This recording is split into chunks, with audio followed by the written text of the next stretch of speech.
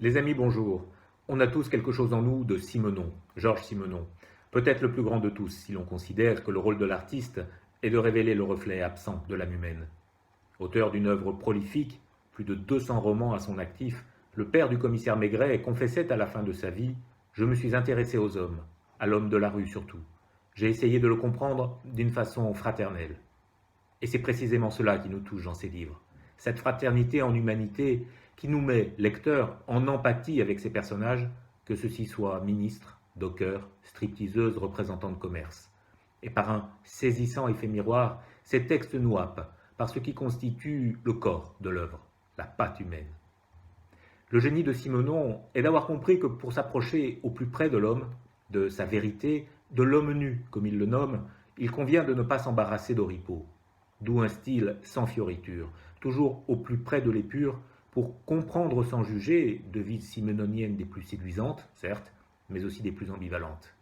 Des personnages, le plus souvent des gens simples, qui se caractérisent néanmoins par leur capacité à accomplir leur destin en allant au bout d'eux-mêmes, ou pour reprendre le titre d'un de ses romans, d'oser le passage de la ligne.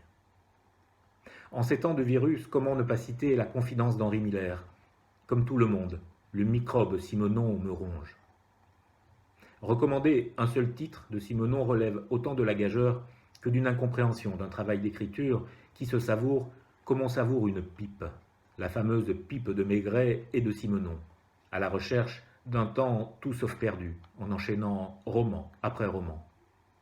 Pour Simenon, je présenterai donc plusieurs titres. Pour les Maigret, La tête d'un homme, Maigret au Picrate, c'est bien sûr l'affaire Saint-Fiacre. Pour les romans durs, c'est-à-dire sans Maigret, Lettre à mon juge, Le Fils, mais encore La disparition d'Odile ou Les Innocents. Pour les romans à caractère autobiographique, enfin, la déchirante Lettre à ma mère et Pédigré.